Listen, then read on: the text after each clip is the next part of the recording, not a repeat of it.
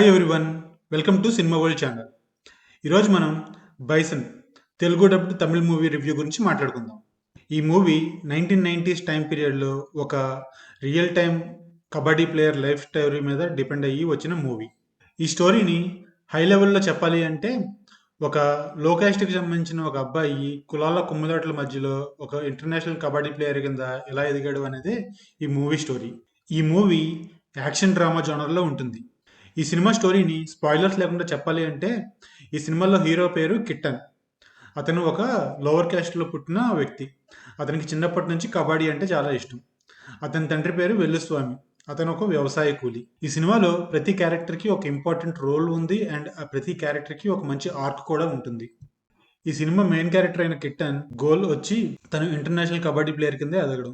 దానికి అతను ఫేస్ చేసిన ఛాలెంజెస్ ఏంటి, ఫైనల్గా అతడు ఇంటర్నేషనల్ కబడ్డీ ప్లేయర్ కింద ఎలా ఎదిగాడు అనేది ఈ మూవీ స్టోరీ.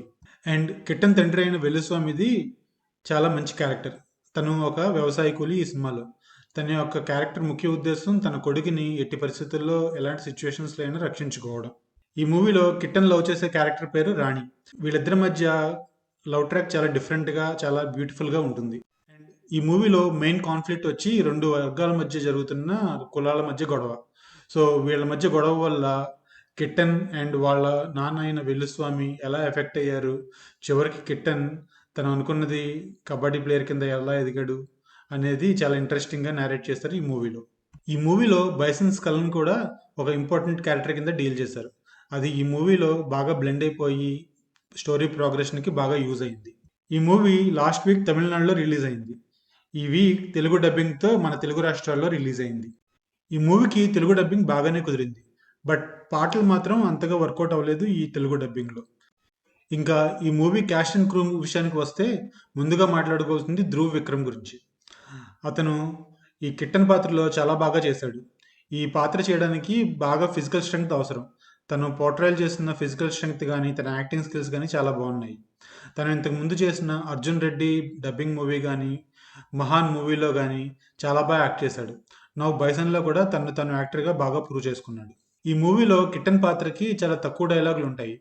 బట్ చాలా వరకు ఎమోషన్స్ని తన ఐస్ ద్వారా అండ్ తన ఫేషియల్ ఎక్స్ప్రెషన్స్ ద్వారా బాగానే ఎమిట్ చేశాడు. ధ్రువ్ విక్రమ్ తర్వాత ముఖ్యంగా చెప్పుకోవాల్సింది పశుపతి గారి గురించి. ఆయన వెల్లుస్వామి క్యారెక్టర్లో చాలా బాగా చేశారు. ఆయన ఈ మూవీలో తన కొడుకుని రక్షించుకునే పాత్రలో చాలా ఎమోషన్స్ని పలికిస్తారు. ఆయన క్యారెక్టర్కి చాలా షేడ్స్ ఉంటాయి ఈ మూవీలో. ఒకవైపు చాలా వల్నరబుల్గా ఉంటున్న ఈ క్యారెక్టర్ ఇంకోవైపు చాలా అగ్రెసివ్గా ఉంటుంది కొడుకు విషయంలో. అనుపమ పరమేశ్వరన్కి ఈ మూవీలో పెద్దగా స్క్రీన్ స్పేస్ లేకపోయినా ఉన్నంత వరకు తన ధ్రువ్ విక్రమ్తో తన కెమిస్ట్రీ చాలా బాగా వర్కౌట్ అయింది. ఈ మూవీలో తను ఇచ్చే చిన్న చిన్న క్యూట్ ఎక్స్ప్రెషన్స్ చాలా బాగా వర్కౌట్ అయ్యాయి. అండ్ ఎమోషనల్ సీన్స్లో కూడా తను చాలా బాగా యాక్ట్ చేసింది. అండ్ మిగిలిన పాత్రల్లో కూడా యాక్టర్స్ చాలా బాగా చేశారు ఈ మూవీలో. ముఖ్యంగా కిట్టన్కి అక్కగా చేసిన పాత్ర అండ్ రెండు గ్రూపులకి నాయకులుగా చేసిన వాళ్ళ పాత్రలు ఈ మూవీలో హైలైట్ అవుతాయి. క్రూ విషయానికి వస్తే ముందుగా మాట్లాడుకోవాల్సింది సినిమాటోగ్రఫీ గురించి. ఈ మూవీ సినిమాటోగ్రాఫర్ వచ్చి ఇజిల్. తను ఈ మూవీకి చాలా మంచి వర్క్ చేశాడు. తన క్రాఫ్ట్ ఈ మూవీలో బాగా షైన్ అవుతుంది. అండ్ ఈ మూవీలో విజువల్స్ చాలా ఇంపార్టెంట్. ఈ మూవీలో చాలా క్యారెక్టర్స్కి డైలాగ్స్ చాలా తక్కువే ఉంటాయి. ఆ టైంలో విజువల్స్ ద్వారా ఇజిల్ ఆ ఎమోషన్స్ని బాగా ఎలివేట్ చేశాడు. ముఖ్యంగా ఆ పల్లెటూరు వాతావరణాన్ని అండ్ కబడ్డీలో వచ్చే సీన్స్ని బాగా క్యాప్చర్ చేశాడు ఇజిల్. నెక్స్ట్ మనం మాట్లాడుకోవాల్సింది ఈ సినిమా మ్యూజిక్ డైరెక్టర్ గురించి. ఈ సినిమా మ్యూజిక్ డైరెక్టర్ నివాస్. తను ఈ సినిమాకి చాలా మంచి బ్యాక్గ్రౌండ్ స్కోర్ ఇచ్చాడు. అంతేకాకుండా తమిళ్లో ఈ సినిమా మ్యూజిక్ చాలా సూతింగ్గా ఉంటుంది. ఈ సినిమాలో యాక్షన్ ఎపిసోడ్స్లో వచ్చే మ్యూజిక్ కానీ, ఎమోషనల్ సీన్స్లో వచ్చే మ్యూజిక్ కానీ, కబడ్డీ టైంలో వచ్చే మ్యూజిక్ కానీ చాలా హైలైట్గా నిలుస్తుంది. తెలుగులో ఈ సినిమా పాటలు అంత వర్కౌట్ అవ్వకపోయినా తమిళ్లో బాగానే ఉన్నాయి. లాస్ట్ బట్ నాట్ లీస్ట్ మనం మాట్లాడుకోవాల్సింది డైరెక్షన్ డిపార్ట్మెంట్ గురించి. మారి సెల్వరాజ్. ఈయన ఒక డిఫరెంట్ డైరెక్టర్. ఈయన మూవీస్ ముఖ్యంగా ఆపరేషన్ అండ్ సపరేషన్ మీదే ఉంటాయి. ఈ సినిమా దానికి ఎక్సెప్షన్ కాదు. ఈ ఆపరేషన్ సపరేషన్ థీమ్ మీద తమిళ్లో చాలా మూవీస్ వచ్చాయి. బట్ ఈ మూవీ స్టాండ్అవుట్ అవడానికి కారణం మారి సెల్వరాజ్ ఎంచుకున్న screen play and narration techniques. ఈ సినిమాలో బాగా వర్కౌట్ అయింది ఏంటి అంటే ఎమోషనల్ సీన్స్. దాన్ని మారి సెల్వరాజ్ బాగా డైరెక్ట్ చేశారు.